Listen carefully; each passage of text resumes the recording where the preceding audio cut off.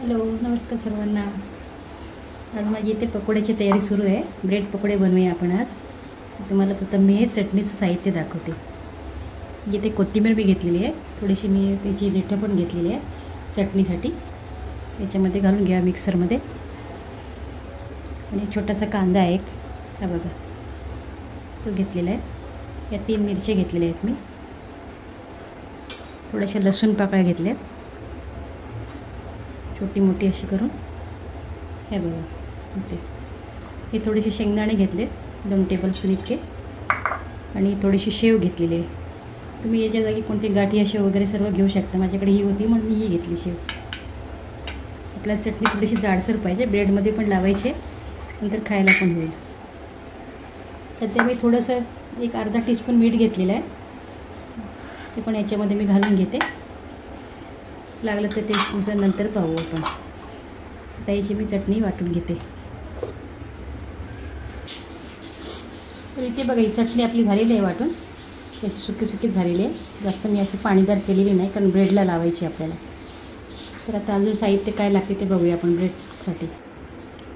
तर पहा इथे पकोड्यासाठी ना मी हे ब्रेड घेतलेले आहेत. असे 5-6 पीस घेतले, 6 पीस घेतलेले आहेत.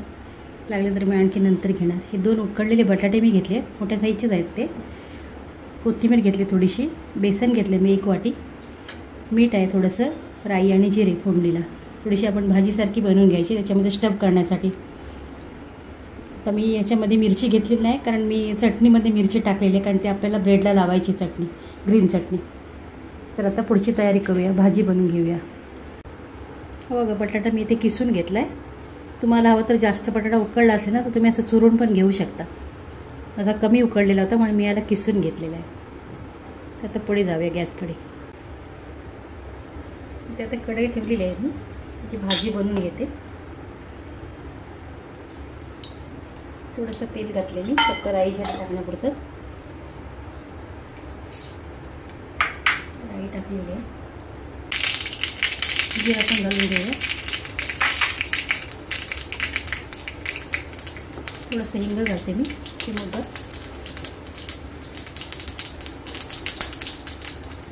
त्याच्यात मी बटाटा घालून घेते.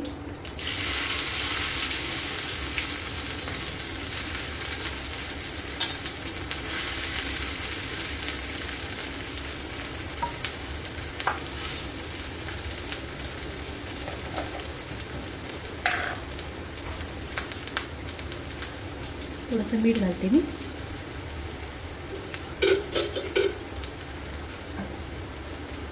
भाजी जरा परतून घेऊया.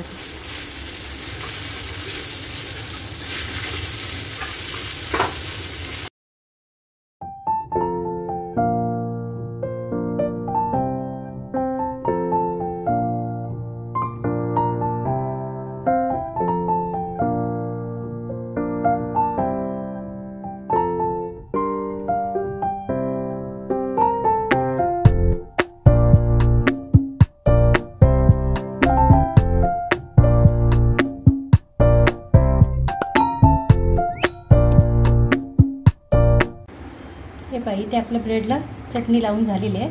तर आता आपण त्याच्यातली स्टफिंग पण भरून टाकूया. आता पाहिजे इथे आपली भाजी पण थंड झालेली आहे. तर याच्यामध्ये ना आपण थोडीशी कोथिंबीर घालूया. थोडीशी मिक्स करून घेते हातानेच. कढईमध्ये याला भरून घेऊया आपण.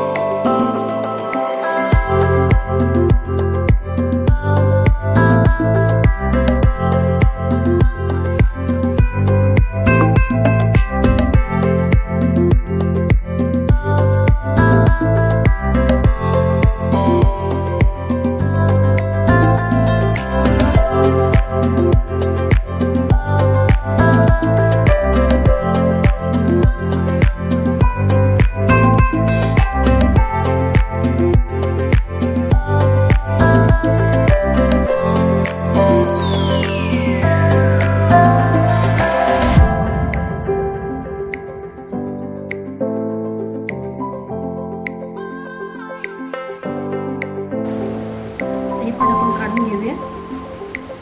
छान फ्राय झालेले आहे, बघू शकता तुम्ही.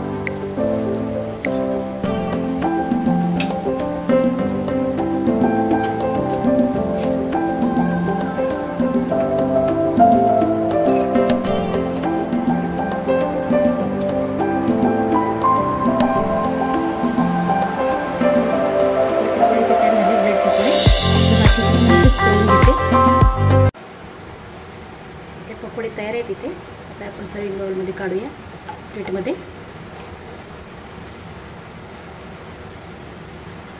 छान छान गरम गरम पकोडे खायला या सर्वांनी.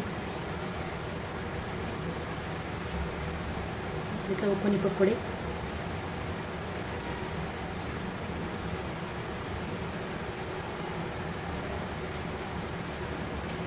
पावसाळ्यात त्याची खूप गरज आहे पकोड्यांची.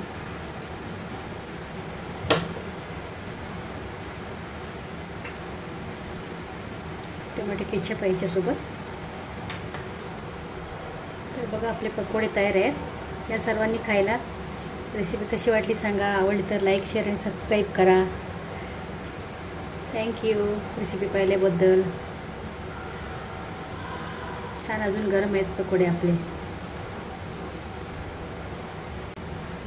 तर हे बघा आपले गरमागरम पकोडे तयार आहेत. दाखवते मी आतून पण कसे झाले ते.